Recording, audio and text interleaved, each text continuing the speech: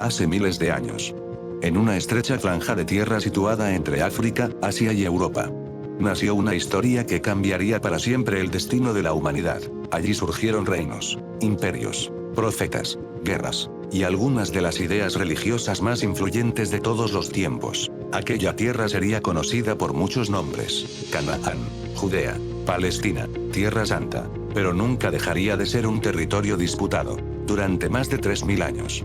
Civilizaciones enteras lucharon por controlarla: egipcios, asirios, babilonios, persas, griegos, romanos, bizantinos, árabes, cruzados, otomanos, británicos. Cada uno dejó una huella, cada uno escribió una parte de su historia, y, sin embargo, ninguno consiguió convertirla en una tierra libre de conflictos. Hoy, ese mismo territorio ocupa diariamente los titulares del mundo. Para algunos, Israel representa el hogar nacional del pueblo judío después de siglos de persecución y exilio. Para otros, es el resultado de un proceso de colonización que desplazó a la población palestina y dio origen a un conflicto que continúa hasta nuestros días. Entre ambas posiciones existe una enorme cantidad de matices, interpretaciones históricas y debates jurídicos que rara vez se explican con profundidad.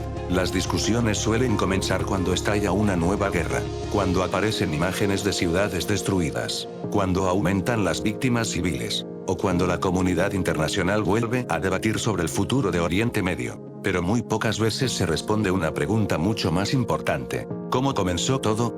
¿Fue realmente un conflicto religioso? ¿Un proyecto político? ¿Una consecuencia del nacionalismo europeo? ¿El resultado de decisiones tomadas por las grandes potencias? ¿O la suma de siglos de acontecimientos que terminaron convergiendo en un mismo lugar? Responder esas preguntas exige viajar mucho más atrás que la creación del Estado de Israel, mucho antes del siglo XX, mucho antes del Imperio Británico, incluso mucho antes del nacimiento del cristianismo o del Islam, porque para comprender el presente, primero debemos entender el origen de un pueblo, la construcción de una identidad, y la larga historia de una tierra cuya importancia trascendió las fronteras y las épocas. En este documental reconstruiremos ese recorrido paso a paso, desde los primeros reinos israelitas documentados por la historia, hasta la creación del Estado moderno de Israel. Analizaremos el surgimiento del sionismo, el impacto del Holocausto, las decisiones de las potencias internacionales, las guerras que redefinieron Oriente Medio, y las controversias jurídicas y políticas que siguen marcando el debate contemporáneo, no para ofrecer respuestas simples, sino para comprender cómo una historia de más de 3000 años terminó convirtiéndose en uno de los temas más complejos y discutidos del mundo moderno. Porque antes de entender el conflicto, primero hay que entender la historia, y esa historia comienza mucho antes de que existiera Israel. Durante miles de años, mucho antes de que existieran las fronteras modernas, mucho antes del nacimiento del judaísmo, el cristianismo o el islam, existía un pequeño territorio situado entre 3 continentes. No era especialmente grande, ni especialmente rico, no poseía inmensos bosques, ni grandes ríos como el Nilo, ni enormes reservas de minerales. A simple vista, parecía una región más del antiguo Oriente Próximo. Sin embargo, su ubicación la convertiría en uno de los lugares más importantes de la historia. Era el puente natural entre África, Asia y Europa. Todo ejército que quisiera conquistar Egipto debía atravesarla. Todo imperio que quisiera controlar las rutas comerciales entre Mesopotamia y el Mediterráneo debía dominarla. Todo reino que aspirara a expandir su influencia terminaba luchando por aquella estrecha franja de tierra. Aquella región era conocida por distintos nombres: Canaán, la tierra de los cananeos, un conjunto de ciudades independientes, cada una gobernada por sus propios reyes. No existía un país, no existía un reino unificado, ni un pueblo dominante. Era un mosaico de culturas, lenguas, religiones y pueblos diferentes. Los cananeos construyeron ciudades fortificadas, desarrollaron redes comerciales y mantuvieron relaciones con Egipto durante siglos. La mayor parte de lo que sabemos sobre ellos proviene de excavaciones arqueológicas, tablillas, inscripciones, cerámicas, templos, y miles de objetos que han permanecido enterrados durante más de 3000 años. En aquel tiempo, nadie hablaba todavía del Estado de Israel, ni de Palestina, ni de Jerusalén como símbolo mundial. Aquella historia aún estaba por comenzar. Mientras los cananeos prosperaban al sur, El imperio egipcio ejercía una enorme influencia sobre la región. Al norte, comenzaban a surgir nuevas potencias: hititas, asirios, y, siglos después, babilonios. Todos comprendían la importancia estratégica de aquella tierra. Quien controlara Canaán controlaría el paso entre los grandes imperios, y por esa razón, la región cambiaría de manos una y otra vez. Pero alrededor del siglo XIII a.C., comenzó a ocurrir algo. Pequeñas comunidades empezaron a establecerse en las montañas del interior. No construían grandes ciudades, no levantaban enormes palacios, vivían de la agricultura, la ganadería, y pequeños asentamientos familiares. Durante mucho tiempo, los arqueólogos debatieron quiénes eran realmente aquellas comunidades. ¿Procedían del exterior? ¿Habían llegado tras una conquista? ¿O eran antiguos habitantes de Canaán que desarrollaron una identidad diferente con el paso del tiempo? Durante décadas, las respuestas cambiaron conforme avanzaba la arqueología. Hoy, no existe un consenso absoluto sobre el origen exacto de los primeros israelitas, pero sí existe un amplio acuerdo en un aspecto: los primeros asentamientos asociados con los antiguos israelitas aparecieron gradualmente en las tierras altas de Canaán durante la Edad del Hierro. No surgieron de un día para otro, ni como consecuencia de un único acontecimiento. Su historia fue mucho más compleja. Mientras tanto, los relatos conservados en la Biblia hebrea describen un origen diferente. Hablan de Abraham, de Isaac, de Jacob, del éxodo desde Egipto, y de la llegada a la tierra prometida. Esos textos han desempeñado un papel fundamental en la identidad religiosa y cultural del pueblo judío durante milenios. Sin embargo, la investigación histórica distingue entre el valor religioso de esos relatos y las evidencias arqueológicas disponibles. Algunos episodios cuentan con correlatos parciales en la arqueología, otros continúan siendo objeto de debate, y otros no han podido confirmarse mediante pruebas materiales. Comprender esa diferencia es esencial, porque este documental no busca demostrar creencias religiosas. Busca reconstruir la historia utilizando las herramientas de la arqueología, la historiografía y los documentos conservados hasta nuestros días. Fue precisamente en ese escenario, entre montañas, valles, ciudades canáneas, y pequeños asentamientos rurales, donde comenzó a tomar forma una identidad que cambiaría el curso de la historia. Una identidad que, siglos más tarde, daría origen a dos reinos, Israel y Judá. Pero esa es la siguiente parte de nuestra historia.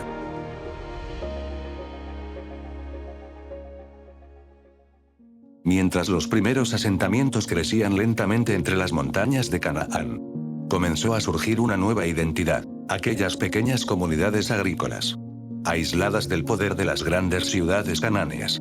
Poco a poco empezaron a compartir costumbres, tradiciones, creencias, y una forma distinta de entender el mundo. No ocurrió en una sola generación, ni fue consecuencia de una gran conquista. Fue un proceso que tomó siglos. Los arqueólogos creen que aquellos asentamientos aumentaron de forma significativa durante la Edad del Hierro. Las viviendas eran sencillas, construidas con piedra. Los cultivos dependían de las lluvias estacionales, y la vida giraba alrededor de pequeñas comunidades familiares. Nada hacía pensar que, con el paso del tiempo, aquellos poblados darían origen a uno de los pueblos más influyentes de la historia. Durante ese mismo periodo, los textos que más tarde formarían parte de la Biblia hebrea comenzaron a transmitir una memoria común. Hablaban de un pacto entre Dios y un pueblo, de jueces que guiaban a las tribus, de profetas que denunciaban la corrupción, y de la esperanza de construir una nación unificada, desde una perspectiva religiosa.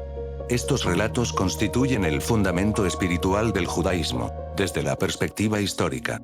Los investigadores analizan estos textos junto con la arqueología, la epigrafía y otras fuentes antiguas para reconstruir el contexto en el que pudieron surgir. No siempre ambas perspectivas coinciden, pero ambas son indispensables para comprender cómo nació la identidad del antiguo Israel. Con el paso de los siglos, las tribus comenzaron a organizarse de manera más estable. Las amenazas externas eran constantes. Los filisteos dominaban buena parte de la llanura costera. Su tecnología militar era superior. Controlaban rutas comerciales importantes, y representaban un desafío permanente para las comunidades del interior. Fue entonces cuando, según la tradición bíblica, las tribus decidieron unirse bajo un solo rey. Su nombre era Saúl. Aunque existen debates sobre el alcance histórico de su reino, su figura representa el inicio de la monarquía israelita en la tradición bíblica. Después de Saúl aparecería uno de los personajes más influyentes de toda esta historia, David.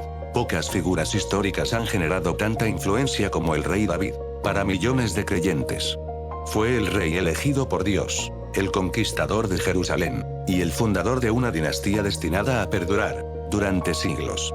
Muchos historiadores dudaron incluso de su existencia, no porque fuera imposible, sino porque las pruebas arqueológicas eran escasas. Todo cambió en 1993. Durante unas excavaciones en Tel Dan, al norte de Israel, arqueólogos descubrieron una inscripción en piedra realizada por un rey arameo. En ella aparecía una expresión que transformó el debate histórico: la casa de David.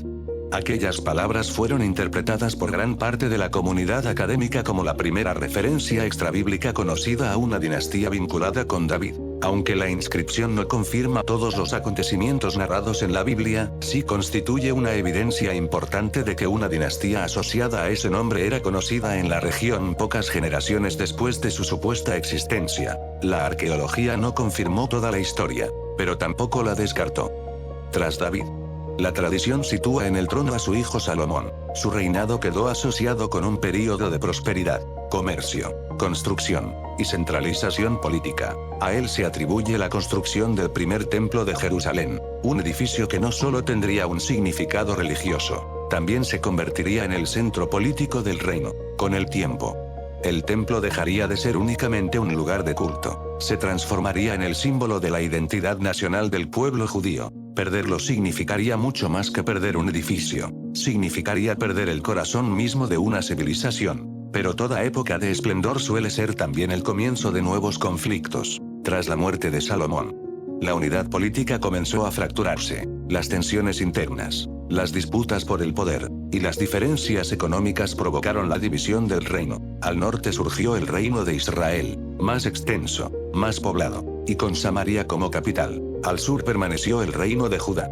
más pequeño, con Jerusalén como centro político y religioso. Dos reinos, un mismo origen, y un destino completamente distinto. Aquella división marcaría el inicio de siglos de guerras, invasiones y transformaciones que cambiarían para siempre la historia de la región. Porque, mientras los antiguos reinos luchaban entre sí, en el horizonte comenzaban a aparecer imperios mucho más poderosos, imperios que no tardarían en convertir aquellas pequeñas naciones en simples piezas dentro de un juego mucho mayor, y con ellos comenzaría el primer gran exilio del pueblo judío.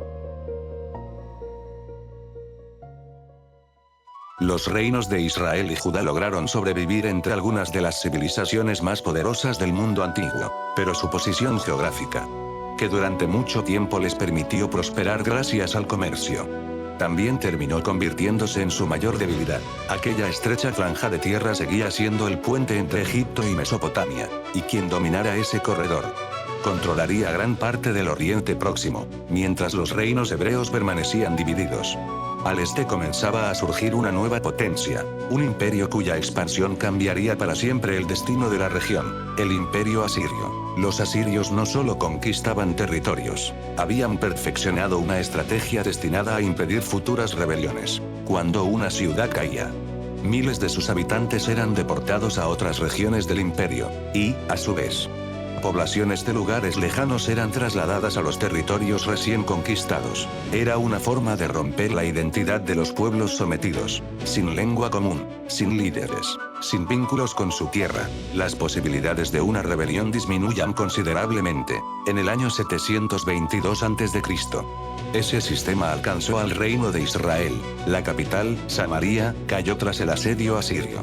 Gran parte de la población fue deportada. Con el paso de los siglos, aquellas comunidades desaparecerían de los registros históricos. Nacería entonces una de las expresiones más conocidas de la tradición judía, las 10 tribus perdidas de Israel. Hasta hoy, su destino sigue siendo objeto de hipótesis, investigaciones y tradiciones, pero no existe un consenso histórico que permita reconstruir con certeza qué ocurrió con todos sus descendientes. Mientras el reino del norte desaparecía, Judá sobrevivía, Jerusalén continuaba en pie, el templo seguía siendo el corazón espiritual del pueblo, y muchos pensaron que la tragedia había terminado.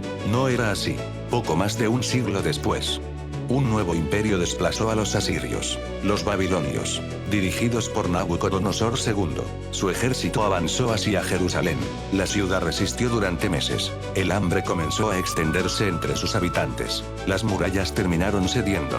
Y en el año 586 a.C., Jerusalén fue conquistada. El primer templo fue destruido. Las llamas consumieron el edificio que durante generaciones había representado el centro religioso y político del reino de Judá. Para cualquier otra civilización, aquello habría significado únicamente la caída de una capital. Para el pueblo judío, significó mucho más. Era la pérdida del lugar donde, según su tradición, habitaba la presencia de Dios. Era el colapso de su reino, de su gobierno, y de su principal símbolo de identidad. Miles de habitantes fueron llevados cautivos a Babilonia. Comenzaba el exilio babilónico, un acontecimiento que marcaría profundamente la memoria colectiva del pueblo judío, lejos de Jerusalén, sin templo, sin rey, y rodeados de culturas diferentes. Muchos pensaron que aquella nación desaparecería para siempre, pero ocurrió algo inesperado. En lugar de perder su identidad, la reforzaron.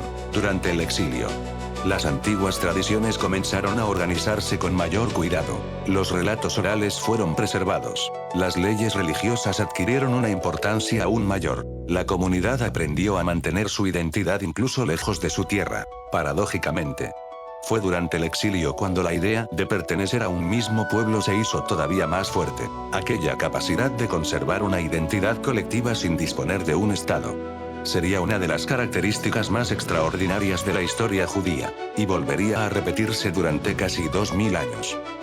Sin embargo, la historia aún tenía otro giro inesperado preparado. En el año 539 a.C., un nuevo conquistador apareció en escena, Ciro II, rey del imperio persa. A diferencia de los asirios y los babilonios, los persas adoptaron una política distinta hacia los pueblos conquistados. En lugar de destruir sus tradiciones, permitían conservar buena parte de ellas. Tras conquistar Babilonia, Ciro autorizó el regreso de numerosos pueblos deportados, entre ellos parte de la población judía. Por primera vez en varias generaciones, muchos pudieron regresar a Jerusalén. Comenzó entonces la reconstrucción del templo. Con el tiempo, ese edificio sería conocido como el Segundo Templo. No recuperaron la independencia política plena, pero sí recuperaron algo que parecía perdido, su centro espiritual. Aquella reconstrucción representó mucho más que levantar un nuevo edificio. Era la prueba de que un pueblo podía sobrevivir incluso después de perderlo casi todo. Pero la historia de Judea estaba lejos de estabilizarse. En los siglos siguientes, persas, griegos, y finalmente los romanos volverían a disputar el control de aquella tierra. Cada conquista dejaría nuevas cicatrices, nuevas rebeliones, y nuevas transformaciones. Sin saberlo, el pueblo judío se acercaba al acontecimiento que definiría su historia durante casi 2000 años. La destrucción definitiva del Segundo Templo, la desaparición de Judea, y el comienzo de una diáspora que alcanzaría prácticamente todos los rincones del mundo conocido. Lo que había comenzado como la caída de un pequeño reino, estaba a punto de convertirse en una historia universal.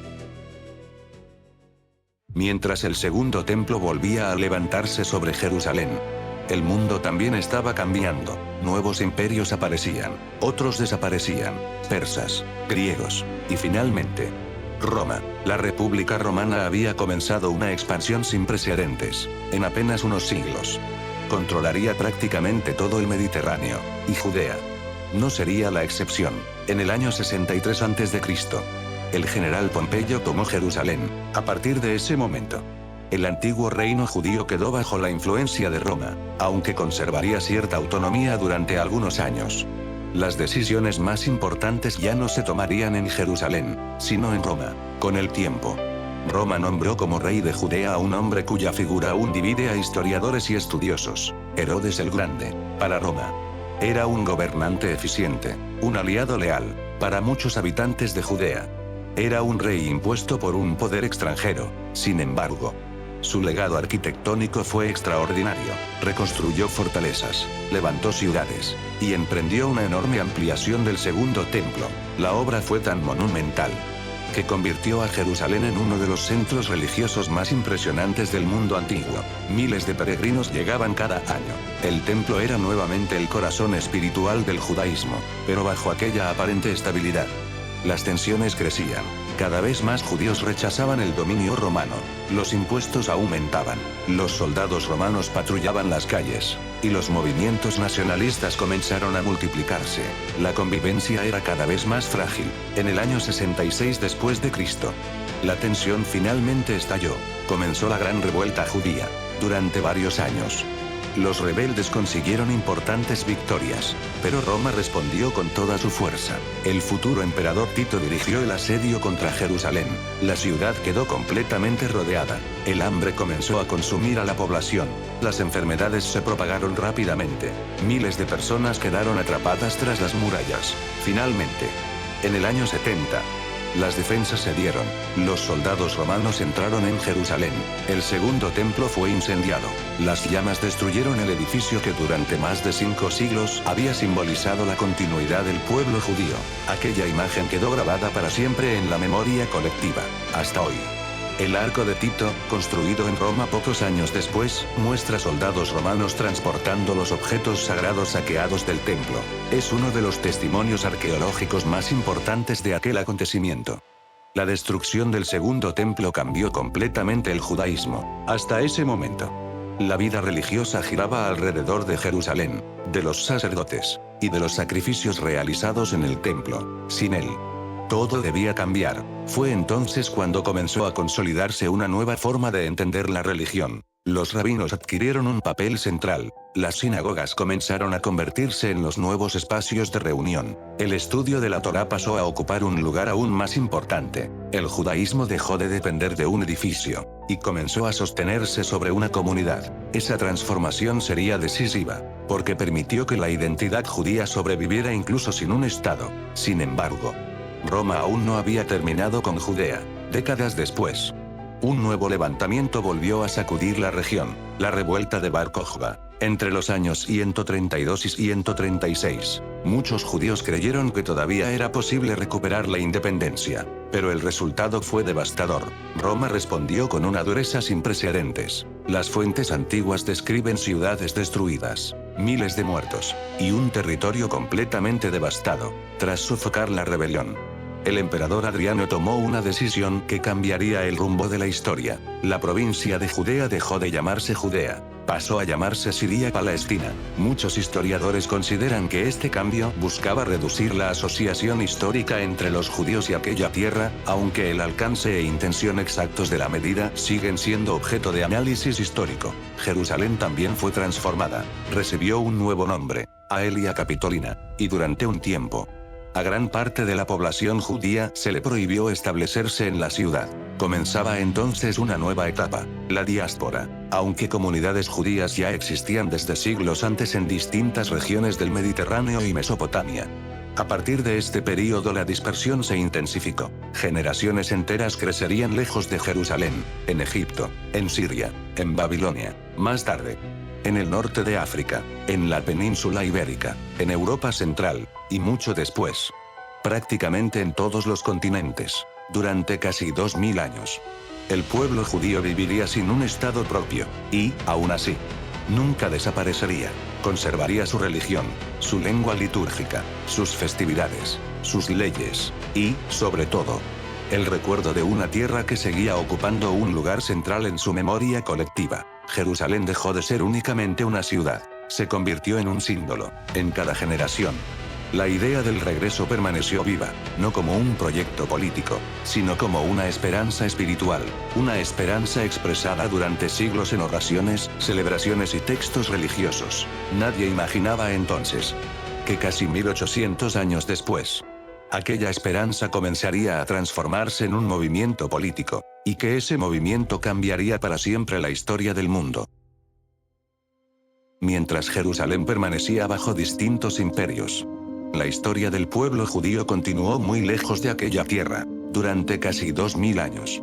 Las comunidades judías se extendieron por Europa, el norte de África, Oriente Medio, y, con el paso de los siglos, prácticamente por todo el mundo conocido. No existía un gobierno común, no existía un ejército, ni un territorio propio. Lo único que mantenía unida a aquella comunidad dispersa era una combinación de religión, tradición, memoria e identidad. Sin embargo, Vivir sin un Estado también significaba depender por completo de la voluntad de otros gobernantes, y esa situación cambiaría una y otra vez, en algunos periodos. Los judíos encontraron espacios donde prosperar, participaron en el comercio, la medicina, la filosofía, la ciencia, y las finanzas, pero esa estabilidad rara vez era permanente. Bastaba una crisis económica, una epidemia, un cambio de monarca, o un conflicto religioso, para que la convivencia se rompiera. A lo largo de la Edad Media, las comunidades judías fueron expulsadas de distintos reinos europeos. En 1290, Inglaterra decretó la expulsión de la población judía. En 1306, Francia hizo lo mismo, y en 1492, los reyes católicos firmaron el Edicto de Granada, que obligó a los judíos a convertirse al cristianismo o abandonar los territorios de la corona española. Miles de familias emprendieron nuevamente el camino del exilio. Algunas encontraron refugio en el Imperio Otomano, otras se establecieron en Europa Central, y muchas reconstruyeron sus vidas una vez más. La historia parecía repetirse, con la llegada de la Ilustración y las revoluciones liberales. Muchos creyeron que aquella situación finalmente cambiaría, en distintos países europeos. Los judíos comenzaron a obtener derechos civiles, ingresaron en universidades, ejercieron profesiones liberales, participaron en la política, y se integraron cada vez más en la sociedad. Durante gran parte del siglo XIX, mientras Europa avanzaba hacia la industrialización, también surgía una nueva forma de nacionalismo, la idea de que cada nación debía estar formada por un pueblo con una identidad común, lengua, historia, cultura, y territorio. En ese contexto, muchos judíos continuaban siendo percibidos como una comunidad diferente, incluso en países donde llevaban siglos viviendo. El antisemitismo, que durante mucho tiempo había tenido un fuerte componente religioso, empezó a adoptar nuevas formas. Aparecieron teorías raciales, conspiraciones políticas, y discursos pseudocientíficos que presentaban a los judíos como un grupo incapaz de integrarse plenamente en las naciones europeas. En Europa Oriental, la situación era aún más difícil. Tras el asesinato del zar Alejandro II en 1881, una ola de violencia recorrió distintas regiones del Imperio ruso. Numerosas comunidades judías fueron atacadas, casas incendiadas, negocios saqueados, y cientos de personas asesinadas o desplazadas. Aquellos ataques serían conocidos como los pogromos. El miedo volvió a extenderse, y millones de judíos comenzaron a emigrar. La mayoría viajó hacia Estados Unidos, otros eligieron Europa Occidental, y un número mucho menor decidió establecerse en Palestina, entonces parte del Imperio Otomano. Fue la llamada Primera Aliyá, una de las primeras olas organizadas de inmigración judía hacia esa región. En medio de ese escenario apareció un periodista austrohúngaro. Su nombre era Theodor Herzl. Al principio, Herzl no defendía la creación de un Estado judío, como muchos de sus contemporáneos. Confiaba en que la integración y la igualdad jurídica resolverían el problema del antisemitismo, pero un acontecimiento cambiaría por completo su forma de pensar. En 1894, un oficial del ejército francés llamado Alfred Dreyfus fue acusado de traición. Era judío. El juicio despertó una enorme polémica. Con el paso del tiempo aparecieron pruebas que demostraban que la condena había sido un error judicial y que el verdadero responsable era otra persona. Sin embargo, el proceso estuvo acompañado por manifestaciones públicas de antisemitismo y un profundo debate político en Francia. Herzl cubrió aquellos acontecimientos como corresponsal de prensa en París. Según sus propios escritos y numerosos historiadores, el caso reforzó su convicción de que la integración no bastaba para proteger a los judíos del antisemitismo y que era necesario buscar una solución política propia. 2 años después, en 1896, publicó un pequeño libro. Su título era Der Judenstaat, en español, El Estado Judío. La obra proponía una idea que transformaría la historia contemporánea. Si los judíos constituían un pueblo, debían tener también un Estado. No era únicamente una propuesta religiosa, era un proyecto político. Herzl sostenía que la llamada cuestión judía no podía resolverse únicamente mediante la integración social. Debía abordarse como una cuestión internacional. La propuesta encontró entusiasmo, pero también fuertes críticas. No todos los judíos compartían esa visión. Algunos pensaban que el judaísmo era una religión, no una nación. Otros defendían que la plena integración seguía siendo posible, y también existían sectores religiosos que sostenían que el regreso a Sion debía producirse únicamente por voluntad divina y no mediante un proyecto político impulsado por seres humanos. El sionismo, desde su nacimiento, fue un movimiento profundamente diverso y debatido incluso dentro de las propias comunidades judías. A pesar de esas diferencias, el movimiento siguió creciendo. En agosto de 1897, Herzl convocó en Basilea, Suiza, el primer congreso sionista. Asistieron cerca de 200 delegados procedentes de distintos países. Por primera vez, representantes de diversas organizaciones debatieron un objetivo común, el llamado Programa de Basilea. Su propósito era trabajar para establecer un hogar nacional para el pueblo judío en Palestina mediante medios reconocidos por el derecho internacional y la diplomacia de la época. También nació la Organización Sionista, antecedente de la Organización Sionista Mundial. Al terminar el Congreso, Herzl escribió en su diario una frase que con el tiempo se volvería célebre: en Basilea fundé el Estado judío. Y añadió una reflexión: tal vez el mundo no lo comprendería inmediatamente, quizá pasarían 5 años, o 50, pero estaba convencido de que aquella idea terminaría materializándose. Herzl moriría en 1904, nunca vería nacer el Estado de Israel, pero el movimiento que ayudó a organizar continuaría creciendo, y muy pronto, las grandes potencias del mundo empezarían a interesarse por aquel proyecto, lo que hasta entonces había sido el sueño político de una parte del pueblo judío. Estaba a punto de convertirse en un asunto de geopolítica internacional.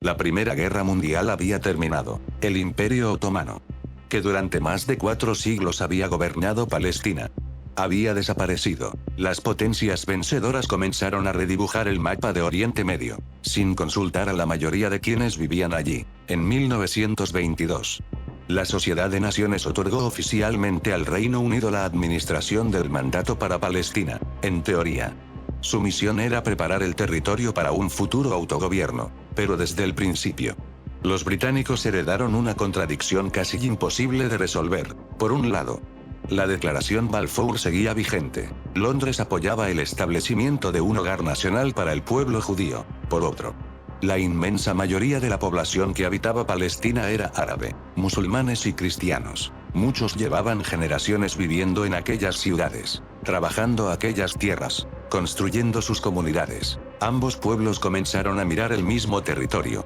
y ambos estaban convencidos de tener razones legítimas para permanecer allí. Durante la década de 1920, la inmigración judía aumentó. Organizaciones sionistas comenzaron a comprar tierras, se fundaron nuevos kibutz, se crearon cooperativas agrícolas, hospitales, escuelas, universidades, y una infraestructura económica cada vez más moderna. La comunidad judía, conocida como el Yisuf, empezó a construir instituciones propias mucho antes de que existiera un Estado. Incluso organizó sistemas de defensa como la de Ganá, creada inicialmente para proteger a las comunidades judías frente a ataques. Mientras tanto, muchos habitantes árabes observaban aquellos cambios con creciente preocupación. No solo veían llegar nuevos inmigrantes, también percibían que se estaba formando una estructura política y económica paralela. La tensión comenzó a crecer. En 1929, Jerusalén se convirtió en el escenario de una de las primeras grandes explosiones de violencia. Una disputa relacionada con el acceso y los derechos de oración en el muro occidental desencadenó disturbios que rápidamente se extendieron a otras ciudades. Murieron cientos de personas, judíos y árabes. La desconfianza ya no era únicamente política, había comenzado a instalarse entre las comunidades. Pero lo peor aún estaba por llegar. Durante la década de 1930, Europa entró en una nueva crisis. En Alemania, un partido que pocos años antes parecía marginal alcanzó el poder, el Partido Nacional Socialista. Su líder, Adolf Hitler. Las leyes antisemitas comenzaron a multiplicarse. Miles de familias judías buscaron desesperadamente un lugar seguro, y Palestina apareció nuevamente como una posibilidad. La inmigración aumentó de manera considerable. Para el movimiento sionista, era una oportunidad para fortalecer el proyecto nacional. Para gran parte de la población árabe, era la confirmación de que el equilibrio demográfico estaba cambiando rápidamente. En 1936, estalló la Gran Revuelta Árabe. Durante 3 años, Huelgas, sabotajes, ataques armados y enfrentamientos marcaron la vida cotidiana en Palestina. Los británicos respondieron desplegando decenas de miles de soldados. La revuelta fue finalmente sofocada, pero dejó miles de muertos y una profunda fractura entre las comunidades. También debilitó a buena parte del liderazgo político árabe palestino, mientras las instituciones del Yisuf continuaban fortaleciéndose. Londres comprendía que la situación se estaba volviendo insostenible. Intentó limitar la inmigración judía mediante el llamado Libro Blanco de 1939. La medida buscaba reducir las tensiones con la población árabe, pero llegó demasiado tarde, porque ese mismo año, Europa volvía a entrar en guerra, y esta vez, el mundo sería testigo de uno de los capítulos más oscuros de toda la historia humana, mientras Palestina seguía dividida. En Europa comenzaba el Holocausto, un acontecimiento que cambiaría para siempre la percepción internacional sobre la necesidad de un refugio para los supervivientes judíos, y que aceleraría decisiones políticas cuyas consecuencias aún siguen presentes. En septiembre de 1939, Europa volvió a entrar en guerra. Lo que inicialmente parecía otro conflicto entre potencias, terminó convirtiéndose en la guerra más devastadora que la humanidad había conocido, mientras las bombas caían sobre ciudades enteras.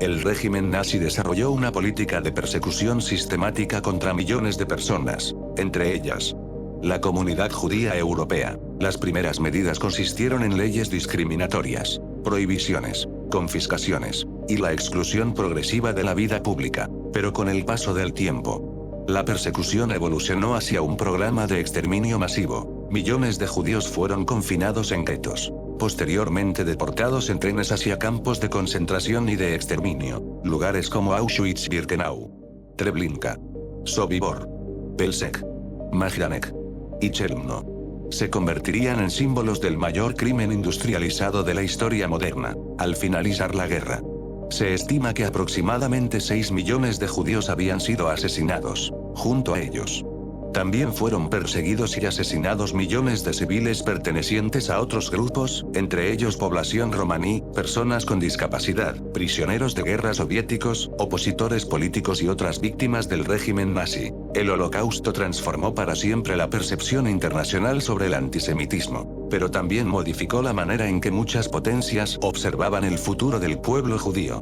Cuando terminó la guerra en 1945, Europa estaba destruida. Miles de ciudades habían quedado reducidas a escombros. Millones de personas vagaban por el continente sin hogar, entre ellas decenas de miles de supervivientes judíos. Muchos intentaron regresar a sus antiguas casas, pero descubrieron que sus familias habían desaparecido, sus propiedades habían sido ocupadas, y, en algunos lugares, el antisemitismo seguía presente incluso después de la derrota del nazismo. Para una parte importante de esos supervivientes, Europa había dejado de ser un lugar donde reconstruir su vida. La idea de emigrar hacia Palestina comenzó a ganar fuerza. Sin embargo, Palestina seguía bajo administración británica, y el Reino Unido mantenía restricciones a la inmigración judía mediante el Libro Blanco de 1939. Numerosos barcos con refugiados intentaron llegar a las costas palestinas. Algunos fueron interceptados por la Marina británica, otros terminaron con sus pasajeros internados en campos de detención. Las imágenes de supervivientes del Holocausto siendo detenidos por las autoridades británicas generaron un fuerte impacto en la opinión pública internacional.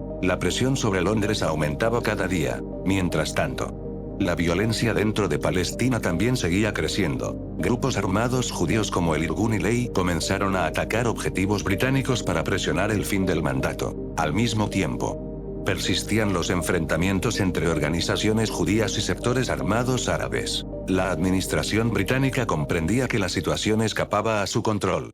En febrero de 1947, el Reino Unido tomó una decisión histórica. Anunció que renunciaba a resolver el problema por sí solo, y trasladó la cuestión de Palestina a las recién creadas Naciones Unidas. Por primera vez, la comunidad internacional asumiría la responsabilidad de decidir el futuro del territorio. Tras meses de debates, la ONU creó una comisión especial conocida como UNSCOP. Sus miembros recorrieron Palestina, escucharon representantes judíos, Analizaron la situación política, y elaboraron un informe con una recomendación que cambiaría la historia: dividir el territorio en dos estados, uno judío, y otro árabe, mientras Jerusalén quedaría bajo un régimen internacional debido a su importancia religiosa. El 29 de noviembre de 1947.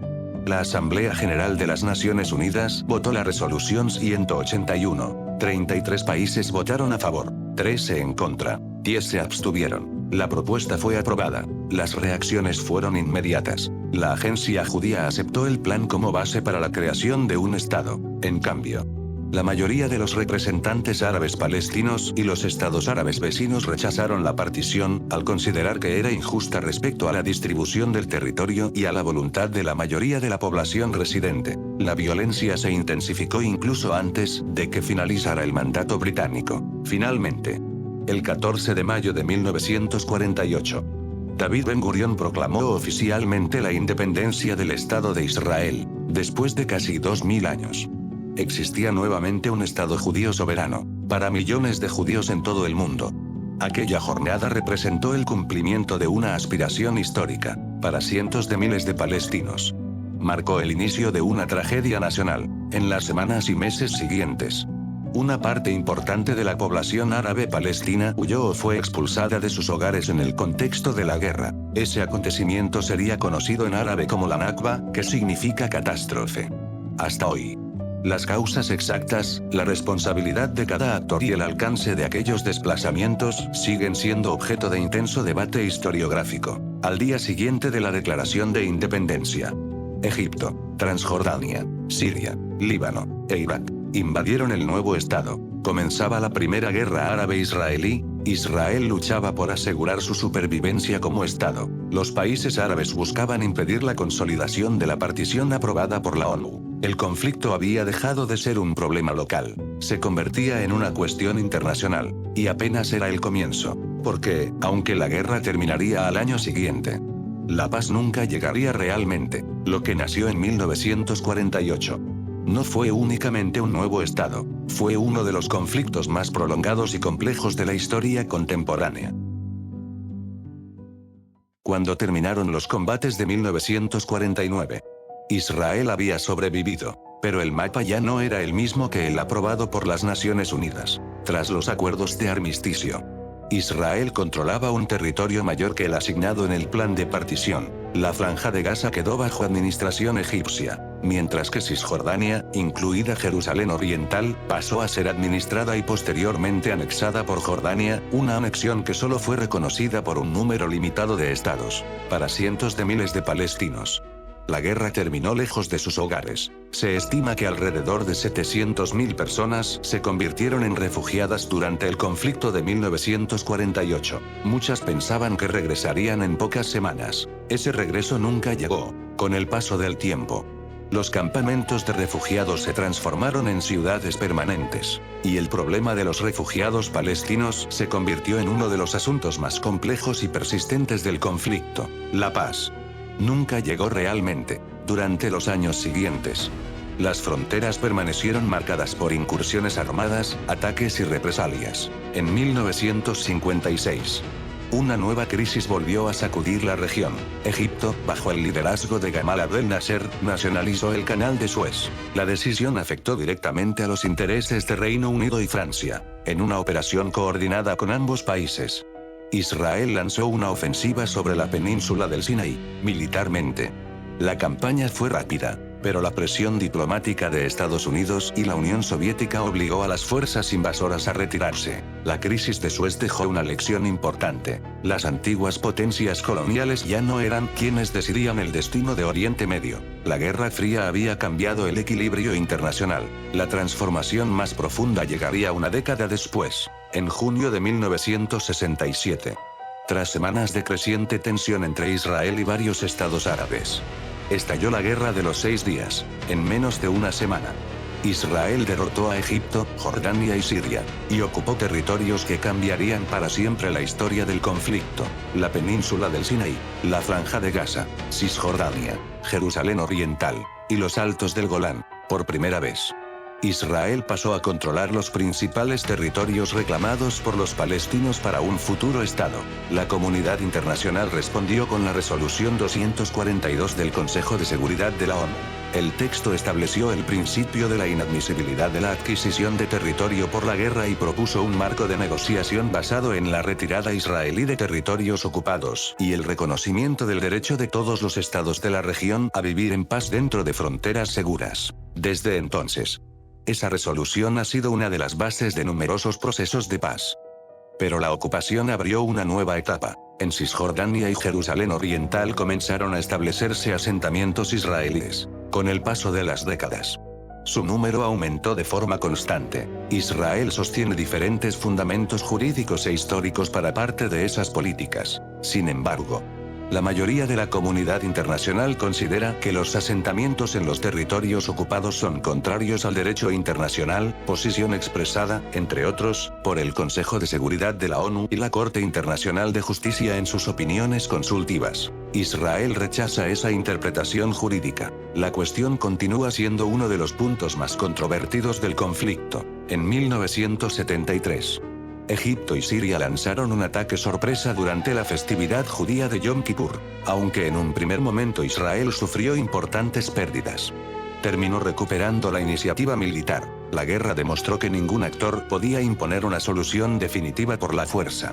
También abrió la puerta a la diplomacia. Años después, Egipto e Israel firmarían los acuerdos de Camp David. Como resultado, Israel devolvió la península del Sinaí a Egipto. Fue el primer tratado de paz entre Israel y un Estado árabe, y demostró que algunos conflictos territoriales podían resolverse mediante negociación. Sin embargo, la cuestión palestina permanecía sin solución. Mientras los estados negociaban, millones de palestinos seguían viviendo bajo ocupación militar, en campos de refugiados o en el exilio. En ese contexto, comenzó a ganar protagonismo una organización que cambiaría la dinámica del conflicto, la Organización para la Liberación de Palestina, conocida como la OLP, bajo el liderazgo de Yasser Arafat. La causa palestina adquirió una dimensión internacional sin precedentes, y el conflicto dejó de entenderse únicamente como una disputa entre estados. Pasó a ser también una cuestión de autodeterminación nacional. Lo que estaba por venir no serían grandes guerras entre ejércitos, serían levantamientos populares, atentados, operaciones militares, negociaciones, y nuevas generaciones creciendo en medio de un conflicto que parecía no tener fin. Durante casi 2 décadas, Israel mantuvo el control sobre Cisjordania, Jerusalén Oriental y la Franja de Gaza. La ocupación transformó profundamente la vida cotidiana. Miles de palestinos cruzaban diariamente puestos de control para trabajar. El ejército israelí mantenía una presencia permanente en los territorios ocupados. Mientras tanto, los asentamientos continuaban expandiéndose. La frustración crecía, especialmente entre una generación que había nacido bajo ocupación y que nunca había conocido otra realidad. En diciembre de 1987, un accidente de tráfico en Gaza, en el que murieron 4 trabajadores palestinos tras una colisión con un vehículo militar israelí, desencadenó protestas masivas. Aunque las circunstancias del accidente fueron investigadas, en aquel momento circularon rumores de que había sido un acto deliberado, lo que incrementó rápidamente la tensión. Las manifestaciones se extendieron por Gaza, después por Cisjordania, y finalmente, por prácticamente todos los territorios ocupados. Había comenzado la primera intifada. La palabra intifada significa literalmente sacudida o levantamiento. A diferencia de las guerras anteriores, no comenzó con tanques, ni con aviones. Comenzó con huelgas, manifestaciones, boicots, y jóvenes enfrentándose a soldados con piedras. Las imágenes dieron la vuelta al mundo. Israel respondió desplegando al ejército para contener la revuelta. Los enfrentamientos dejaron cientos de muertos, miles de heridos y numerosas detenciones durante los años siguientes. La primera intifada cambió la percepción internacional del conflicto. Ya no se veía únicamente como una disputa entre estados. Cada vez más, se entendía también como un conflicto entre una potencia ocupante y una población que reclamaba autodeterminación. En medio de aquella crisis, surgió un nuevo actor. En 1987, fue fundado Hamas. Su nombre es el acrónimo de Movimiento de Resistencia Islámica. Nació como una rama palestina vinculada a los hermanos musulmanes. A diferencia de la Organización para la Liberación de Palestina, que tenía un carácter principalmente nacionalista y secular. Hamas combinó desde sus inicios un discurso nacionalista palestino con una ideología islamista. La organización desarrolló una amplia red de asistencia social, construyó escuelas, clínicas y organizaciones benéficas. Al mismo tiempo, creó un brazo armado que llevó a cabo ataques contra objetivos israelíes. Con el paso de los años, Estados Unidos, la Unión Europea, Canadá, Japón y otros países clasificaron a Hamas, en su totalidad o en su brazo militar según la jurisdicción, como organización terrorista. Otros estados mantienen posiciones diferentes o distinguen entre su estructura política y militar. Estas diferencias reflejan la complejidad diplomática que rodea al conflicto. Mientras la violencia continuaba, también aparecieron oportunidades para el diálogo. El fin de la Guerra Fría modificó el escenario internacional. Estados Unidos impulsó nuevas negociaciones entre israelíes y palestinos. En secreto, representantes del gobierno israelí y de la OLP comenzaron a reunirse en Noruega. Durante meses, las conversaciones avanzaron lejos de la atención pública, hasta que, en 1993, el mundo fue testigo de una imagen histórica. En los jardines de la Casa Blanca, el primer ministro israelí Yitzhak Rabin estrechó la mano del líder de la OLP, Yasser Arafat. Junto al presidente estadounidense Bill Clinton, habían nacido los acuerdos de Oslo. Por primera vez, Israel reconocía oficialmente a la OLP como representante del pueblo palestino, y la OLP reconocía el derecho de Israel a existir en paz y seguridad. Ambas partes acordaron iniciar un proceso gradual para resolver las cuestiones más difíciles: Jerusalén, las fronteras definitivas, los refugiados palestinos, los asentamientos, y la seguridad. Sin embargo, esos temas fueron aplazados para futuras negociaciones, y precisamente allí comenzaron los problemas. Los acuerdos de Oslo despertaron enormes expectativas. Muchos creyeron que la paz estaba cerca, pero también encontraron una fuerte oposición entre sectores palestinos. Algunos consideraban que las concesiones eran excesivas. En Israel, grupos nacionalistas rechazaban cualquier cesión territorial. La tensión política aumentó, hasta que el 4 de noviembre de 1995, el primer ministro Yitzhak Rabin fue asesinado por un extremista judío israelí que se oponía al proceso de paz. Su muerte conmocionó al mundo, y debilitó gravemente la confianza entre ambas partes. Durante los años siguientes, las negociaciones continuaron de forma intermitente, pero la violencia nunca desapareció. Atentados suicidas, operaciones militares, nuevos asentamientos, y ataques de represalia fueron erosionando el proceso de paz. A finales de la década, muchos comenzaban a preguntarse si Oslo había sido una oportunidad perdida. En septiembre del año 2000, una visita del líder opositor israelí Ariel Sharon al Monte del Templo, conocido por los musulmanes como la explanada de las mezquitas, desencadenó nuevas protestas en un contexto de alta tensión política. Pronto, las manifestaciones dieron paso a enfrentamientos armados. Comenzaba la segunda intifada. Esta vez, la violencia alcanzó un nivel muy superior. Atentados suicidas contra civiles israelíes, operaciones militares a gran escala, incursiones en ciudades palestinas, y un número creciente de víctimas en ambos lados. La esperanza nacida en Oslo parecía desvanecerse, y el conflicto entraba en una de sus etapas más violentas.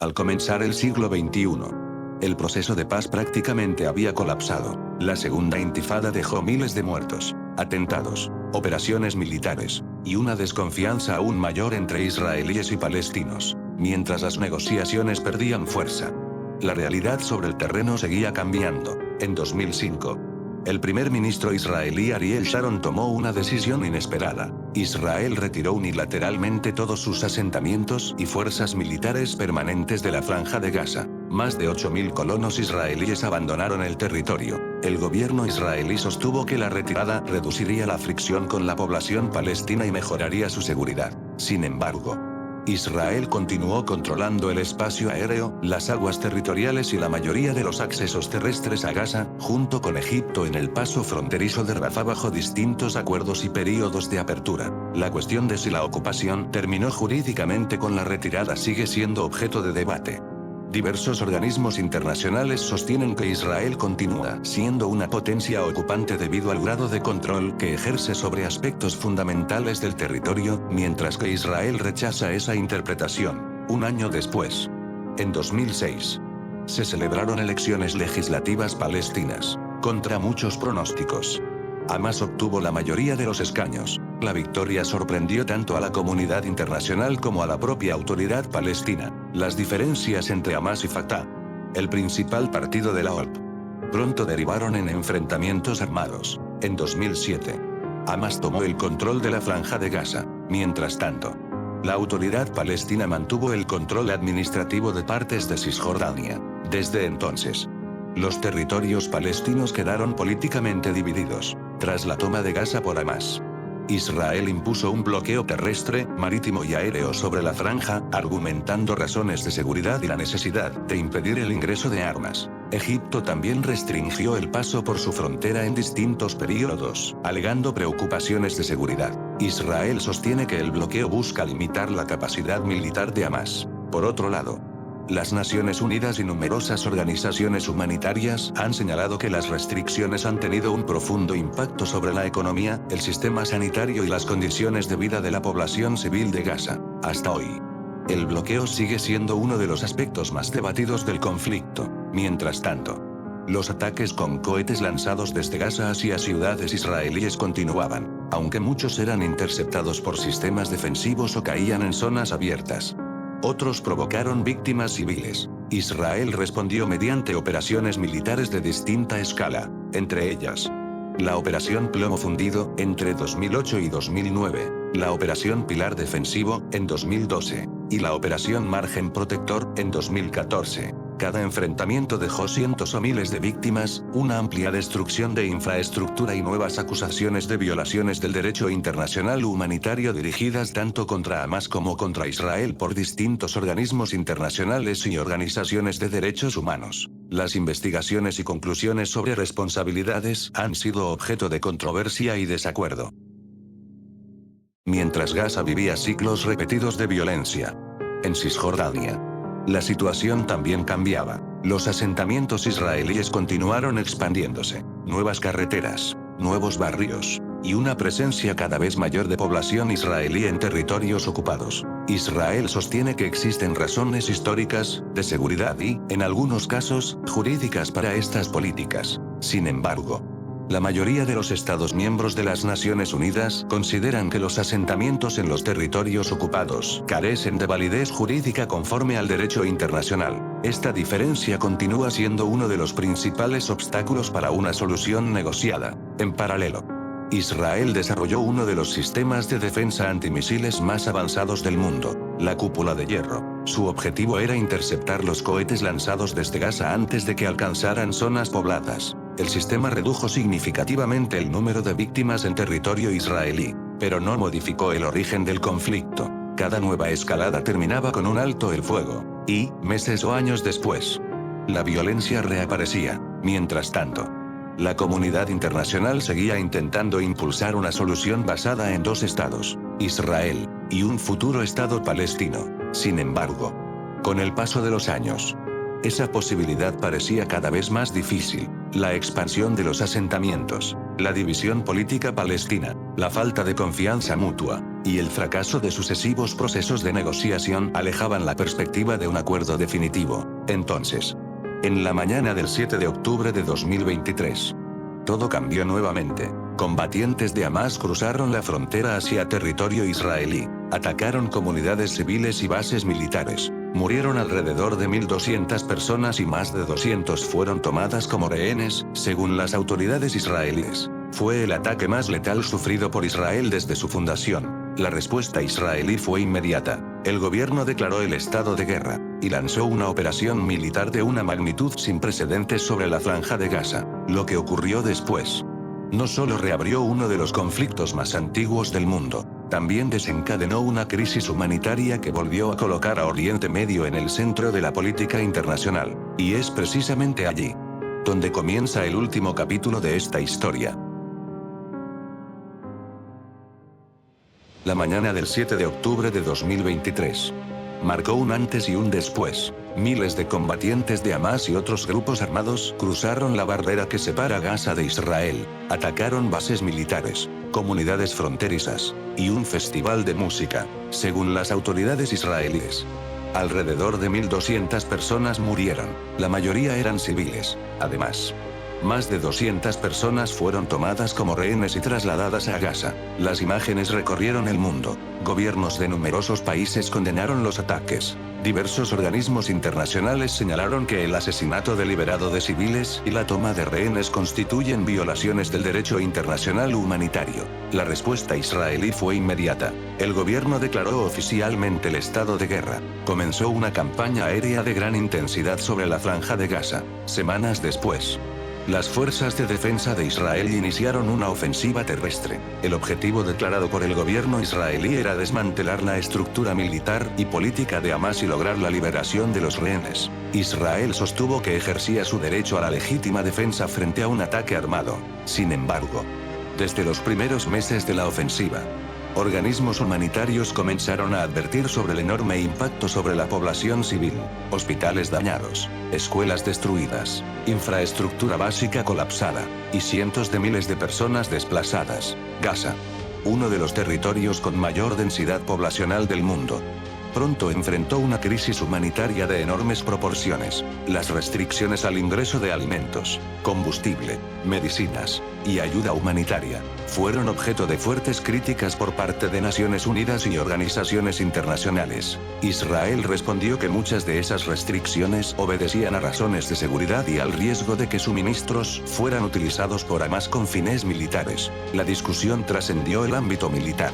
Comenzó también una batalla jurídica. Diversas organizaciones de derechos humanos, entre ellas Amnistía Internacional y Human Rights Watch, acusaron tanto a Hamás como a Israel de cometer violaciones del derecho internacional humanitario. Las denuncias incluyeron ataques indiscriminados, uso de rehenes, ataques contra infraestructura civil, desplazamientos forzados, y otras posibles infracciones de las convenciones de Ginebra. Israel rechazó numerosas de esas acusaciones. Sostuvo que sus operaciones estaban dirigidas contra objetivos militares y que Hamás utilizaba infraestructura civil para operar, lo que incrementaba el riesgo para la población. Hamás, por su parte, negó varias de las acusaciones formuladas en su contra y defendió sus acciones como parte de la resistencia contra la ocupación. La discusión llegó rápidamente a los tribunales internacionales. En diciembre de 2023, Sudáfrica presentó una demanda contra Israel ante la Corte Internacional de Justicia. El argumento principal era que las operaciones militares podían constituir actos prohibidos por la Convención para la Prevención y la Sanción del Delito de Genocidio. Israel rechazó categóricamente esa acusación. Afirmó que su objetivo era derrotar a Hamás y proteger a su población, no destruir al pueblo palestino. La Corte Internacional de Justicia no ha emitido una sentencia definitiva sobre el fondo del caso. Sin embargo, ordenó varias medidas provisionales dirigidas a prevenir daños irreparables y facilitar el acceso de ayuda humanitaria mientras el proceso continúa. Es importante distinguir este procedimiento de otros. La Corte Internacional de Justicia resuelve controversias entre estados, mientras que la Corte Penal Internacional investiga la posible responsabilidad penal individual de personas por crímenes internacionales. Son instituciones diferentes, con competencias distintas y procedimientos independientes. Mientras los tribunales analizaban los hechos, la comunidad internacional también se dividía. Algunos gobiernos reiteraron su respaldo al derecho de Israel a defenderse. Otros denunciaron que la intensidad de la respuesta militar era incompatible con el principio de proporcionalidad y con la obligación de proteger a la población civil. En distintos países, millones de personas salieron a las calles. Algunas manifestaciones expresaban solidaridad con Israel y exigían la liberación de los rehenes. Otras reclamaban un alto el fuego inmediato y denunciaban la situación humanitaria en Gaza. El conflicto ya no se desarrollaba únicamente en Oriente Medio. También se debatía en parlamentos, universidades, organismos internacionales y redes sociales. Pero existe una pregunta que sigue sin respuesta. ¿Cómo pudo una disputa territorial convertirse en uno de los conflictos más prolongados de la historia contemporánea? La respuesta no se encuentra únicamente en los acontecimientos de 2023, ni en 1948, ni siquiera en la Primera Guerra Mundial, como hemos visto a lo largo de este documental. Es el resultado de siglos de historia, de imperios, de desplazamientos, de nacionalismos, de decisiones coloniales, de guerras, de terrorismo, de ocupación, de diplomacia, y de generaciones enteras que crecieron con memorias profundamente distintas sobre una misma tierra. Comprender esa historia no significa justificar los actos de ninguno de los actores involucrados. Significa reconocer que las soluciones simples rara vez explican conflictos tan complejos, y que reducir décadas de acontecimientos a un único culpable o a una única víctima impide entender por qué este conflicto continúa abierto.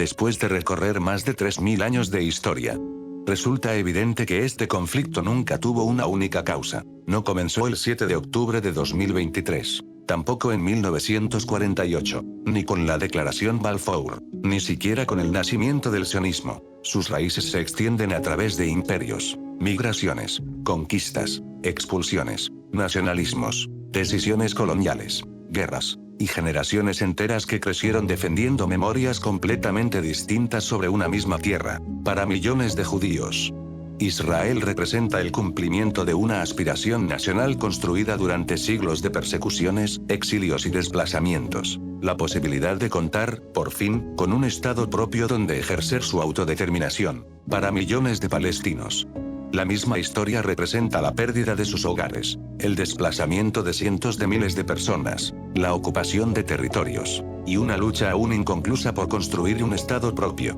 Ambas narrativas existen, ambas forman parte de la historia, y comprenderlas no implica aceptar todas las acciones realizadas en su nombre. A lo largo de este documental hemos visto cómo el derecho internacional ha intentado ofrecer marcos para resolver el conflicto, resoluciones de las Naciones Unidas, procesos de paz, tratados internacionales, tribunales, negociaciones. Sin embargo, ninguna iniciativa ha logrado resolver definitivamente cuestiones que permanecen abiertas desde hace décadas. Las fronteras, Jerusalén, los refugiados, los asentamientos, la seguridad, y el reconocimiento mutuo. Mientras esos temas continúen sin resolverse,